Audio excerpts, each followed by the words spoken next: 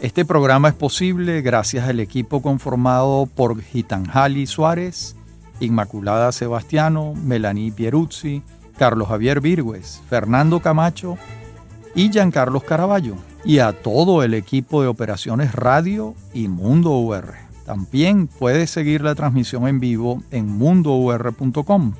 Y recuerda que nos puedes seguir en @mundourweb, @radioescuelaur y @RafaelArraiz en X y @rafael.arraiz en Instagram.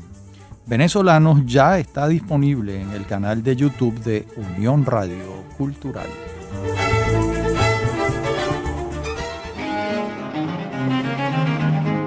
Queridos amigos de Venezolanos, oyentes de este programa de ya 9 años de permanencia semanal en Unión Radio, vamos a dedicarnos en este cuarto capítulo de la serie que venimos desarrollando sobre la historia de Caracas a hacer una suerte de balance del siglo XVII, ese que va de 1601 a 1700. Bueno, y recordemos que este siglo comienza en materia económica con la preeminencia del cuero como principal producto de exportación. Le siguen entonces el tabaco y luego, con pequeñas cifras, algo que se llamaba palo Brasil, algo que se llamaba zarzaparrilla y algo que se llama cacao, que va creciendo a lo largo de este siglo XVII. Y hacia finales de este siglo, ¿qué advertimos? Una disminución en la exportación de cuero, la desaparición de palo Brasil y zarzaparrilla y el crecimiento sostenido del cacao, el fruto que será la estrella durante todo el siglo XVIII. Evidentemente, se trata de una economía agropecuaria, ya que los hallazgos minerales fueron muy pocos en número y en cantidad, poquísimos. A su vez, es obvio que los terratenientes que podían obtener títulos para integrar el cabildo fueron lentamente constituyéndose en una oligarquía local en la ciudad de Caracas. Y a lo largo de este siglo, y en particular a partir del trabajo notable del gobernador Berrío, aquel que le señalamos que había fundado centenares de pueblos en Venezuela, vemos cómo la corona española se empeña en debilitar la institución de las encomiendas y en promover la fundación de los pueblos de indios, cosa que Francisco de la Hoz Berrío, siguiendo las instrucciones de la corona, va a hacer de manera intensa, como señalamos en el programa anterior. ¿Qué se buscaba con esto? Que los indígenas se hiciesen productivos, que pagaran tributos, y esto no pasaba mediante la institución de la encomienda. No ocurría realmente, ya que estos indígenas encomendados se ceñían al servicio personal del encomendero, con eso pagaban el tributo debido y al rey no le entraba ni un centavo, cosa que no le convenía. Ese trabajo se beneficiaba de él el encomendero, no el rey de España. Además, para la corona se hizo evidente durante este siglo que si los indígenas no eran evangelizados y considerados súbditos, se estaba reduciendo al mínimo la posibilidad de prolongarse el imperio español en América. Era necesario incorporar a la vida del imperio español a los indígenas. Ese era el proyecto de España. Por otra parte, también advertía la corona que descansar en la sola encomienda no produjo resultados, ya que los criollos contaban con mano de obra sin pagar impuestos al rey en las proporciones esperadas, como decíamos antes.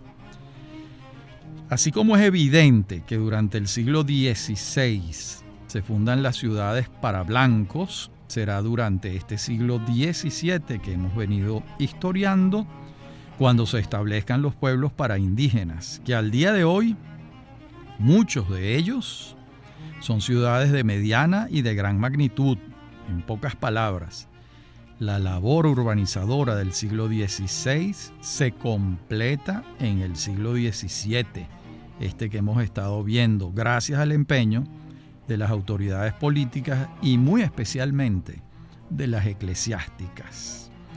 Y el otro elemento que se hace presente a lo largo de toda la centuria es de orden externo, es decir, la amenaza corsaria o pirata.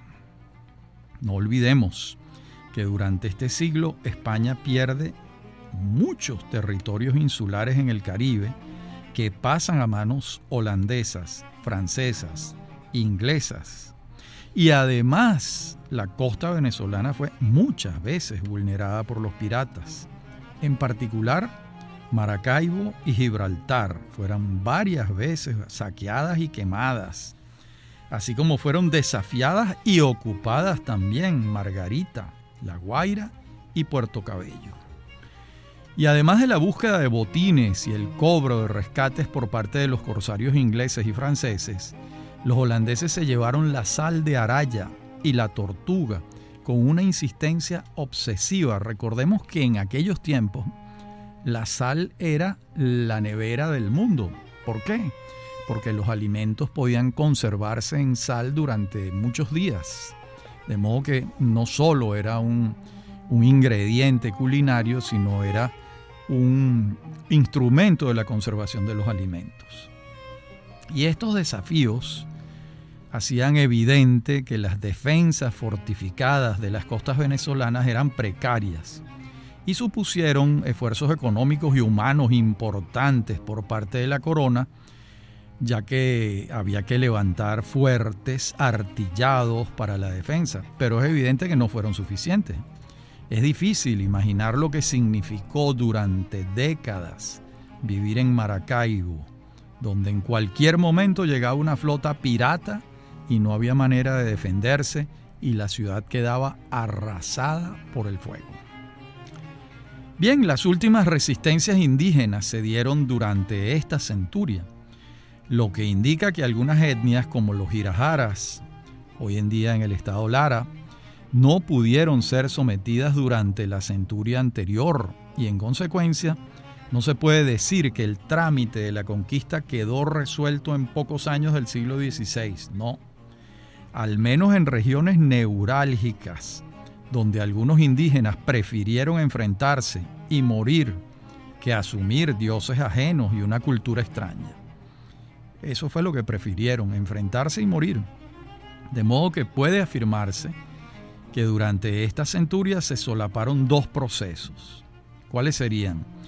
El del asentamiento pacífico y productivo, superada la violencia guerrera de la conquista, y también la resistencia de los últimos focos de aborígenes que se negaban a ser evangelizados e incorporados a otro orden de creencias e ideas. En pocas palabras, pasar del politeísmo indígena al monoteísmo cristiano, pasar de muchos dioses en la naturaleza a un solo Dios llamado Jesús, que había nacido muy lejos de aquí.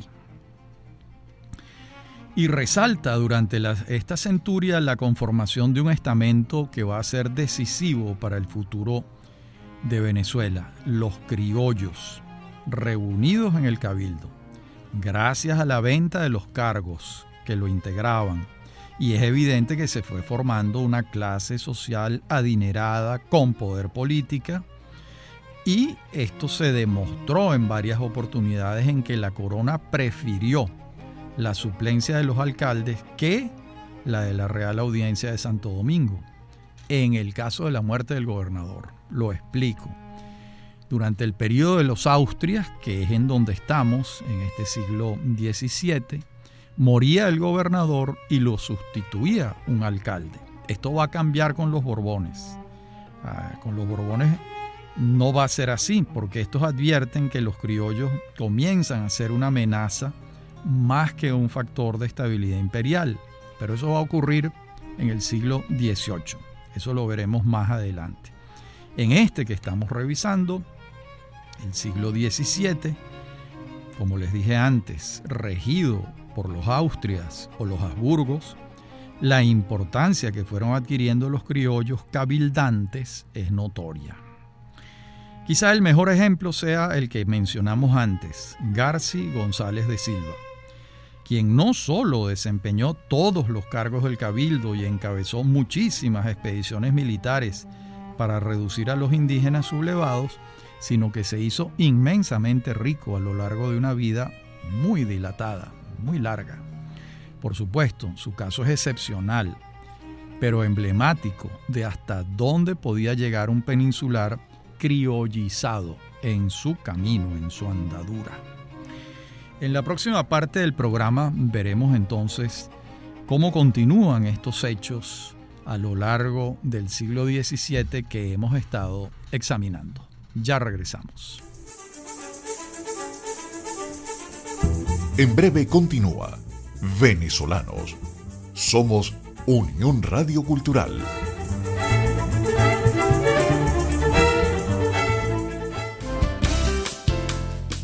Estás escuchando Unión Radio Cultural. Este y otros programas de Venezolanos los puedes oír en formato podcast a través de Anchor.fm. Para alguna sugerencia sobre este espacio, pueden escribirnos al correo rafaelarraiz@hotmail.com. Somos Unión Radio Cultural.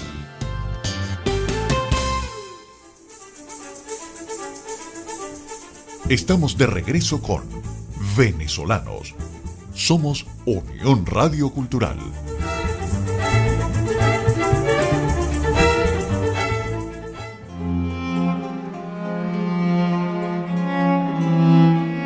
Venimos revisando someramente, sintéticamente, los aspectos esenciales del siglo XVII y los venimos enumerando y analizando. Hay otro aspecto que se pone de relieve a lo largo del siglo y es el de las relaciones entre el gobernador y la Iglesia Católica. Por lo general, no llegaron a tensiones severas, pero los casos de Fray Mauro de Tovar y de Diego de Baños y Sotomayor son ejemplares. El primero se enfrentó a varios gobernadores, Fray Mauro, en particular a Ruy Fernández de Fuenmayor, incurriendo en excesos en cuanto a sus fueros de acción, yendo más allá de sus atribuciones. El segundo, me refiero a Diego de Baños y Sotomayor, sufrió los embates del gobernador Melo Maldonado, quien a todas luces le molestaba el trabajo de Baños y Sotomayor y pretendió reducirlo o eliminarlo. En ambos casos la justicia actuó, pero no en lo inmediato, sino a posteriori, lo que condujo a que se creara un clima de gran tensión entre las autoridades civiles y las eclesiásticas. En verdad, ambos casos revelan que los fueros estaban delimitados, pero que no era imposible que alguno de los factores los interpretaran a su favor y cometieran desafueros en sus acciones. Eso fue lo que pasó. Los fueros estaban claros, pero las arbitrariedades pueden ocurrir. Ese fue el caso de Fray Mauro y fue el caso de Melo Maldonado al enfrentarse a las constituciones sinodales de Baños y Sotomayor. De nuevo, en ambos casos podemos advertir cómo la impronta personal va a pesar más que la institucional, haciendo evidente que el carácter de un solo hombre puede ser más incidente sobre la sustancia de la realidad que fenómenos propiamente sociológicos. También en ambos casos la intervención de la justicia fue lenta, pero finalmente efectiva. En otros no fue lenta, sino expedita. Tan solo señalamos la invocación de los alcaldes de la cédula real de 1560 acerca de los derechos de sustitución del gobernador fallecido y la respuesta favorable e inmediata de Santo Domingo, de la Real Audiencia de Santo Domingo. O también podemos recordar las veces en que las tropelías de un gobernador fueron tantos atropellos que no se esperó al juicio de residencia para sancionarlo, sino que se le destituyó y en algunos casos se le hizo preso de inmediato. En suma, Hubo un poder judicial que funcionó con sentido de justicia y velocidad muchas veces. En otros casos fueron lentos y sumergidos en la desidia. Un buen resumen del desarrollo de la ciudad durante el siglo XVI y XVII lo vamos a hallar en el estudio del maestro Eduardo Arcila Farías. Ese estudio se titula Historia de la Ingeniería en Venezuela. Y allí se lee: cuando se fundó Caracas, señaláronse 24 manzanas, más la correspondiente a la Plaza Mayor. Hacia finales del siglo XVIII había 134 manzanas.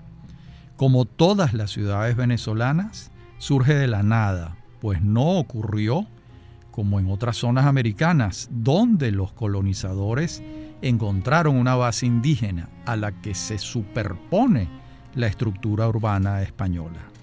En Venezuela hubo que empezar por seleccionar el terreno y luego acondicionarlo, talar bosques, cortar madera, acarrear piedra y otros materiales de construcción. Por eso el proceso fue penoso y las primeras casas fueron por mucho tiempo simples armazones de estacas con paredes de barro y techo de paja. Pero poco a poco la ciudad fue vistiendo mejores galas, aunque debió serle difícil, pues la colonia mantúvose sumamente pobre el siglo XVI y la primera mitad del XVII, hasta que comenzó a circular la riqueza cacaotera que habría de convertirla en la zona agrícola más próspera de América. Fin de la cita del maestro Eduardo Arcila Farías. Les repito, la zona agrícola más próspera de América fue Venezuela, que no fue una zona minera. De hecho, en anteriores oportunidades hemos citado el estudio de Michael McKinley, Caracas prerrevolucionaria, que demuestra con cifras en la mano que hacia finales del siglo XVIII la región más próspera de América era en manos españolas. Era México, la segunda Perú y la tercera Venezuela, con una diferencia importante. México y Perú eran riquezas minerales. La riqueza de Venezuela era agrícola, de modo que aquí hay una singularidad muy importante. Ya en la segunda mitad del siglo XVII, como vemos, la situación comienza a mejorar económicamente con la producción cacaotera. Pero va a ser en el siglo siguiente, el que vamos a ver ahora, el siglo XVIII, cuando esa prosperidad se convierte en una realidad. Vamos a entrarle entonces al siglo XVIII, que va de 1701 a 1810. Esto incluye las reformas borbónicas, la compañía guipuzcoana y la riqueza cacaotera. Estos 110 años que abarca este lapso que vamos a historiar son decisivos en la historia de la urbe, no solo porque las reformas borbónicas trajeron cambios importantes en la ciudad y en la provincia de Venezuela y después en la Capitanía General de Venezuela, sino porque se refrendó la capitalidad caraqueña, cuando en 1777 la corona crea la Capitanía General de Venezuela con sede en la ciudad de Caracas. De modo que vamos a ver los hechos. Bueno, hay un cambio de dinastía entre los Austrias y los Borbones. Los Borbones son la casa real actual de España. Y ese paso de una dinastía a otra se da cuando un siglo concluye y empieza el otro. Y no serán pocos los cambios para España y para América, por supuesto. Sobre todo a partir de las reformas borbónicas que se van a implementar en los años siguientes. Van a comenzar con Felipe V y continuarán con sus sucesores. Por lo pronto, al gobierno afortunado de Berroterán que señalamos en el programa anterior, lo sucede el de Nicolás de Ponte y Ollo. Ponte y Ollo fue designado por el rey Carlos II y llegó a La Guaira en 1699. Y le toca un ejercicio muy distinto al de Berroterán, porque tenía una afición por el lujo, por el boato, y además le toca el cambio de rey a raíz de la muerte de Carlos II. Carlos II muere el 1 de noviembre de 1700 y Felipe V, el primer Borbón, es coronado el 16 de noviembre de 1700. ¿Por qué se produce este cambio de dinastía? Porque Carlos II no tuvo descendientes y optó por Felipe, duque de Anjou, nieto de Luis XVI, rey de Francia, y María Teresa de Austria. Felipe V será integrante de la Casa de los Borbones. ¿De dónde tomaron los Borbones su nombre? Del castillo familiar que quedaba en Bourbon-l'Archambault. Además, Felipe V era sobrino nieto de Carlos II. Sin embargo, no hubo concordia sobre la legitimidad del trono de Felipe V y comenzó la guerra. Esa guerra se conoce en España como la Guerra de Sucesión y se va a extender entre el año 1700 y 1714. Al final de la guerra se logra el reconocimiento de Felipe V y así se hace unánime en la península ibérica. No así en Alemania, donde el emperador no lo reconocía. ¿Cuántos años va a durar el reino de Felipe V? 45 años, con una mínima interrupción en 1724, cuando abdicó a favor de su hijo Luis I. Luis I fallece el mismo año y el padre retoma la corona hasta el 9 de julio de 1746, cuando muere y lo sucede su hijo, Fernando VI. Bien, en la próxima parte del programa seguiremos viendo estos primeros años y la incidencia en Caracas, en la ciudad que estamos estudiando. Ya regresamos.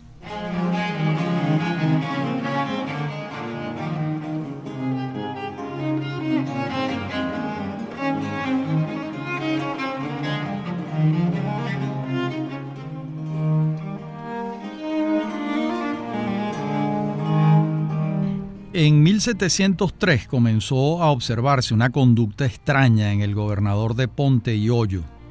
Se hicieron consultas entre el cabildo y el obispo, se designó una comisión médica que certificaba que don Nicolás de Ponte y Ollo, el gobernador, había perdido la cabeza y que era indispensable reemplazarlo. Y de acuerdo con la cédula real de 1676, que ratificó la cédula de 1560, al gobernador debían sustituirlo los alcaldes ordinarios. Pero el teniente del gobernador, Juan Félix de Villegas, se opuso, invocando la supremacía de su poder. Se consulta a la audiencia de Santo Domingo y ésta respondió designando como gobernador interino a Francisco de Berroterán, otra vez, quien ya entonces era el marqués del Valle de Santiago. Pero don Francisco no aceptó el cargo y el tema regresó al cabildo. Este decidió juramentar a los alcaldes ordinarios y otra vez el teniente Villegas se opuso. Entonces la tensión estuvo a punto de decidirse por las armas, pero la sangre no llegó al río y gobernaron los alcaldes ordinarios Felipe Rodríguez de la Madrid y Francisco Alonso Gil. ¿Esto por qué lo señalamos? Para que veamos cómo no siempre se resolvían fácilmente y tranquilamente la decisión de quién sustituía a una autoridad en ejercicio. En este caso no por la muerte, sino porque había enloquecido Ponte y Ollo. Y no estaba totalmente claro. Unos pensaban una cosa, otros pensaban otra. En todo caso, vamos a tener que finalmente Francisco de Berroterán va a tener que asumir la gobernación durante un tiempo, en el periodo entre 1705 y 1706, y después vamos a tener al gobernador Rojas de 1706 a 1711. Ya para entonces hay unas cifras interesantes en la economía colonial de Venezuela. En los registros que compulsa el historiador Arcila Farías, fíjense estas cifras. En 1620 se exportaron 29 fanegas de cacao. En 1650, apenas 30 años después, se exportaron 4.148. Y en 1699, 19 años después, la exportación fue de 13.735 fanegas de cacao. Y en 1721, la exportación de cacao llegaba a 34.115 fanegas. Bueno, este es el origen de los grandes cacaos. Son cifras muy, muy grandes. La mayor parte de estas exportaciones venezolanas no eran a España, eran a México. En menor medida a España y a las Islas Canarias. Y el mismo Arcila Farías señala que el primer registro de exportación él lo halla en el año 1609. Lo que quiere decir que los primeros árboles han debido sembrarse o ubicarse en la provincia de Venezuela hacia finales del siglo XVI. Y vemos cómo el cultivo se fue extendiendo durante todo este siglo del 1600, ¿verdad? Que es el siglo XVII, y cómo eso va a incidir notablemente. Y ya en el siglo XVIII del que estamos hablando, bueno, en 1740 la exportación es de 63.912 fanegas. Y en 1763 es de 83.215. Esa es la riqueza agrícola que señalan los historiadores y los investigadores. De modo que no lo podemos olvidar porque forma parte esencial no solo de la vida de la provincia de Venezuela, todavía no se ha constituido la Capitanía General, sino de la ciudad de Caracas, porque esos personajes, en su mayoría, esos grandes cacaos, o tenían casa en Caracas o sus haciendas estaban cerca de Caracas y venían con mucha frecuencia. En todo caso, formaban parte de esa provincia de Venezuela que era bastante grande. Y aquí tenemos un caso extraño que es el gobernador José Francisco de Cañas y Merino, que va a gobernar entre 1711 y 1714. La verdad es que esta fue de las peores designaciones que hizo la corona de España en Venezuela. Este hombre cometió todos los excesos desde que asumió el cargo. Primero, la emprende contra el cabildo y los criollos. Incluso a algunos criollos los pone presos por deudas menores. Persiguió a los contrabandistas. A los contrabandistas los persiguió, los hizo presos y los ahorcó. A 11 fueron ahorcados por Cañas y Merino, incluidos niños. Y luego él mismo se dedicó a la tarea de contrabandear. Este señor era un verdadero malandro. Desconoció la autoridad de la Iglesia Católica, incumplió las cédulas reales, humilló a los criollos, designándolos en cargos foráneos y de menor cuantía. Y para colmo, escuchen bien, estimuló las carreras de gatos. A los gatos les amarraba metales en la cola y los perseguía a caballo para azotarlos y matarlos en unión de sus amigos, igualmente envilecidos. Mientras los gatos iban sonando con aquellas latas amarradas a la cola por las calles de Caracas, eran una suerte de campanas improvisadas. Él los perseguía. Una vergüenza. Pero las barbaridades de este gobernador, bueno, abundantes. Una mañana, por ejemplo, decidió que la ciudad no podía tener árboles porque eran perjudiciales para la salud. Y armó una patrulla presidida por él mismo, y se dedicó a talar todos los árboles de la ciudad. No solo los que estaban en la vía pública, sino los que crecían en los corrales de las casas. Y conminaba bajo amenazas a los dueños a que talaran cuanto árbol tenían en el corral, incluido aguacate, plátano. Bueno, es algo difícil de creer la existencia de un ser humano como este. Pero don Arístides Rojas lo documenta con propiedad e incluso refiere la anécdota de la pregunta de Humboldt en 1800 acerca de por qué en Caracas no había árboles centenarios. Y la respuesta que le dieron a Humboldt fue: porque los taló Cañas y Merino. Ni los frailes en los conventos pudieron escapar de la furia con que este gobernador demente, delirante, ordenaba la tala de cuanto árbol estuviera de pie. Una verdadera tragedia fue este hombre para Caracas.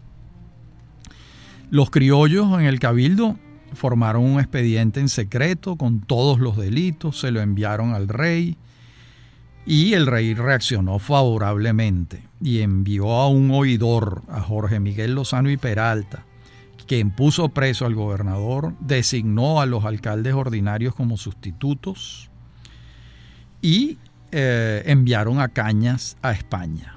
Allá se le confiscaron todos los bienes y se le sentenció a muerte. Pero al nacer el futuro Carlos III, su padre Felipe V decretó un indulto general y Cañas se salvó milagrosamente. Los últimos días de Cañas y Merino los pasó en Madrid, condenado socialmente y en la inopia, sin un maíz que asar.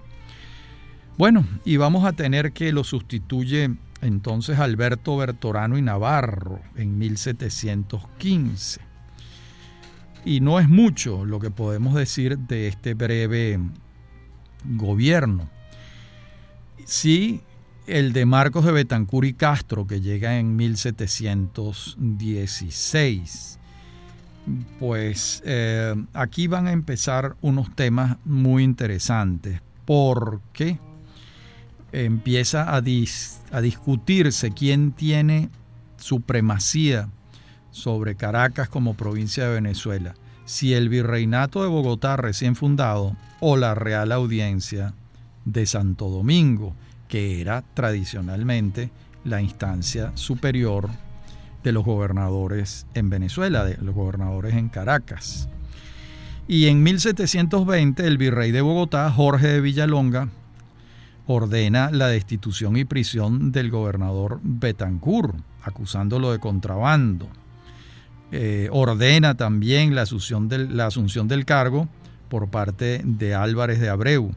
El cabildo se opone, asumen los alcaldes ordinarios. Estos son sustituidos y finalmente el virrey insiste que si no le entregan el mando a Álvarez, irán presos los alcaldes. Aquí hubo, como vemos, un forcejeo, una tensión en la que termina imponiéndose por la coacción violenta el virrey en Bogotá. Recordemos que el virreinato de Nueva Granada tiene dos etapas. Una primera en la que se crea en 1717, pero esa primera etapa va a terminar en 1723 y vuelve a instaurarse el virreinato en 1739 y ya no se suspende más a partir de 1739. Entonces estos periodos fueron difíciles porque habían discusiones o habían tensiones en relación con los espacios que gobernaba el virrey de Bogotá. En la próxima parte del programa continuaremos con estos temas. Ya regresamos.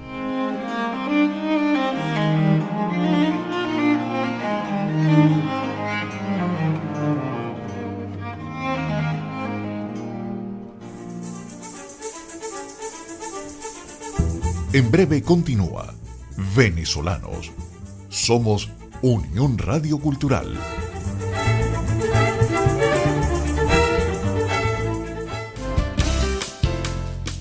Estás escuchando Unión Radio Cultural. Este y otros programas de Venezolanos los puedes oír en formato podcast a través de Anchor.fm. Para alguna sugerencia sobre este espacio, pueden escribirnos al correo rafaelarraiz@hotmail.com. Somos Unión Radio Cultural.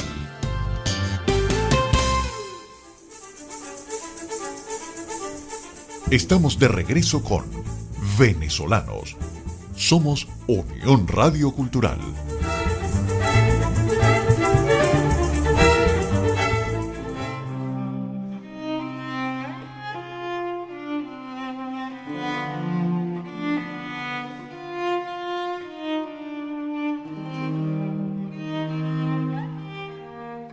Veníamos hablando en la parte anterior del programa el tema del Virreinato de Nueva Granada, con sede en Bogotá, que fue creado por segunda vez en 1739, pero va a ser más descentralizado que el anterior. Por ejemplo, crea 3 capitanías marítimas, una en Panamá, otra en Cartagena y otra en Caracas. Y a la de Caracas le asigna preeminencia sobre Maracaibo, Cumaná, Guayana, Trinidad, Margarita y el Orinoco. De modo que prácticamente es poco lo que hace el virrey desde Bogotá, al menos en términos marítimos. Y después, cuando llega de gobernador Gabriel de Zuluaga, el 12 de febrero de 1742, el rey accede a la petición que le hace Gabriel de Zuluaga, que le pide que separe a la provincia de Venezuela del virreinato de Bogotá, y el rey le hace caso. Por cierto, en los considerandos del rey se atiende a una realidad nunca desmentida: la poca o ninguna comunicación que había entre Bogotá y Caracas, dada la distancia, la rudeza de los caminos. De modo que la dependencia política de la provincia de Venezuela del virreinato de Bogotá duró muy, muy poco. No llegó a sumar 10 años entre el primer y el segundo virreinato. Bien, y a Betancur y Castro lo sucede Diego Portales, y será durante su gobierno cuando el rey cree la Universidad de Caracas, un acontecimiento importantísimo. Felipe V erige en universidad al Colegio Seminario de Santa Rosa, que ya existía. Esto lo hace el rey Felipe V el 22 de diciembre de 1721, y la Universidad de Caracas abre sus puertas en 1725. Recordemos que ese colegio seminario, que había sido la semilla de la universidad, había sido instituido por el obispo Antonio González de Acuña, un dominico, en 1673. El seminario abrió en 1673 y desde el obispado de Diego de Baños y Sotomayor se viene insistiendo en la necesidad de convertir al seminario en una universidad. ¿Por qué? Porque el viaje para estudiar en la universidad en Bogotá, en Santo Domingo o en México era costoso y distante. Y los caraqueños no tenían cómo graduarse en su ciudad, lo que era una injusticia. Aún teniendo el seminario, no podían hacerlo porque le faltaba la erección para pasar a ser una universidad. Bueno, esto finalmente ocurre y los primeros 11 rectores fueron designados por el obispo y fueron sacerdotes, presbíteros. Con la cédula real de 1784 se da un paso adelante, y es que el rector va a ser electo por el claustro, y el primero es el doctor José Domingo Blanco. Como sabemos, Simón Bolívar, el Libertador, modificó los estatutos de la universidad en 1827, en la última oportunidad en que vino a Caracas, y entonces el claustro pasó a denominarse, la universidad pasó a denominarse Universidad Central de Venezuela, y el primer rector electo por el claustro fue el eminentísimo médico José María Vargas, por cierto, albacea testamentario de Simón Bolívar. ¿Cuáles fueron las primeras universidades americanas? Bueno, la de Santo Tomás de Aquino, en Santo Domingo, fundada en 1538. La de México y Lima. La de México y la de Lima se llamaba San Marcos, ambas fundadas en 1553. La de Santiago de la Paz, en Santo Domingo, fundada en 1558. Después hay una lista larga de universidades, suman 32 entre los siglos XVII, XVIII y principios del siglo XIX. De la generación de la independencia egresaron con títulos de la universidad varios civiles de significación. Me refiero al doctor Juan Germán Rocio, a Miguel José Sanz. Cristóbal Mendoza, por ejemplo, estudió en la Universidad de Santo Domingo. Algunos militares que hicieron la Guerra de la Independencia en Venezuela no tuvieron formación universitaria alguna. Es el caso de Miranda, de Bolívar. Sucre es relativo porque se formó como coronel de ingenieros. Por supuesto, Páez no pasó por una universidad. En cambio, Andrés Bello sí, estudió y se graduó en la Universidad de Caracas y alcanzó el título de bachiller en artes, en filosofía. Simón Rodríguez no pasó por allí, era autodidacta. Son pocos, entonces, los egresados de la Universidad de Caracas que tuvieron participación sustancial en el proceso independentista, salvo el caso notable y notorio de Juan Germán Rocio, que fue nada menos que el redactor del Acta de la Independencia del 5 de julio y el redactor de la primera Constitución de Venezuela, la Constitución Federal del 21 de diciembre de 1811. Bueno, y recordemos que físicamente la Real y Pontificia Universidad de Caracas, que así era como se llamaba, ocupaba los espacios del Seminario de Santa Rosa de Lima, constituidos por unas casas que compró para tal fin el obispo González de Acuña en 1673. ¿Dónde estaban? Estaban enfrente de la Plaza Mayor de Caracas, entre las esquinas de Monjas y Gradillas. Luego, la universidad se mudó en 1856 para el antiguo convento de San Francisco. Y esta edificación va a ser remodelada por el ingeniero Juan Hurtado Manrique en 1875. ¿Por órdenes de quién? De Antonio Guzmán Blanco, que era egresado de la Universidad Central de Venezuela, abogado. Esa será la sede de la universidad hasta que el presidente Isaías Medina Angarita compre los terrenos de la Hacienda Ibarra y encargue al gran arquitecto Carlos Raúl Villanueva el plan maestro de la nueva sede de la Universidad Central de Venezuela, y entonces comience la ciudad universitaria. Pero ¿cómo es la ciudad que recibe con alborozo la erección del seminario en universidad? Bueno, si tomamos en cuenta la obra Historia de la Conquista y Población de la Provincia de Venezuela, que fue publicada en Madrid en 1723, y recordamos que Oviedo y Baños llegó a la ciudad con su tío Diego de Baños y Sotomayor en 1686, pues ya sumaba muchos años de vivir en la ciudad y de conocerla a fondo.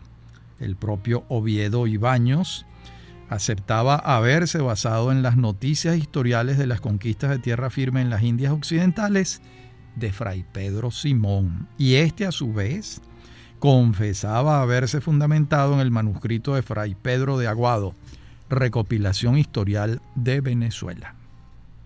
A su vez, Aguado expresaba que continuaba lo relatado en manuscrito desaparecido de Fray Antonio de Medrano. Bueno, esta es la línea, ¿verdad? Ahora, ¿qué hace Oviedo? Describe pormenorizadamente la iglesia catedral. Señala la existencia de la iglesia de la Candelaria, construida por canarios, por cierto. Refiere el Hospital de la Caridad y alude a los conventos de los dominicos y los franciscanos. Apunta que el lugar más hermoso de la ciudad es el convento de las monjas de la Concepción, que tiene 2 ermitas. Bueno, Afirma Oviedo y Baños en relación con Caracas. Voy a leerles este fragmento y con esto terminamos el programa. En un hermoso valle, tan fértil como alegre y tan ameno como deleitable, que de poniente a oriente se dilata por 4 leguas de longitud y poco más de media de latitud, en 10 grados y medio de altura septentrional, al pie de unas altas sierras que con distancia de 5 leguas la dividen del mar, en el recinto que forman 4 ríos, que porque no le faltase circunstancia para acreditarla para paraíso, la cercan por todas partes sin padecer sustos de que la aneguen. Tiene su situación la ciudad de Caracas en un temperamento tan del cielo que sin competencia es el mejor de cuantos tiene la América, pues además de ser muy saludable, parece que lo escogió la primavera para su habitación continua, pues en igual templanza todo el año ni el frío molesta, ni el calor enfada, ni los bochornos del estío fatigan, ni los rigores del invierno afligen.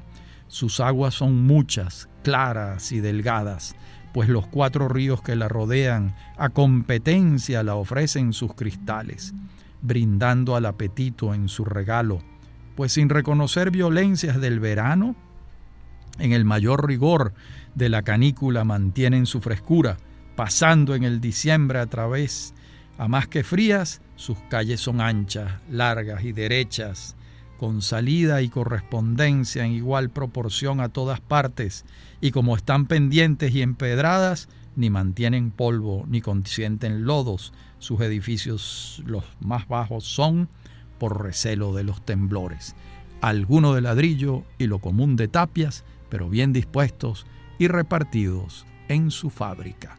Las casas son tan dilatadas en los sitios que casi todas tienen espaciosos patios, jardines y huertas, que regadas con diferentes acequias que cruzan la ciudad, saliendo en cañadas del río Catuche, producen tanta variedad de flores que admira su abundancia todo el año, hermoseando las 4 plazas, las 3 medianas y la principal, bien grande y en proporción cuadrada.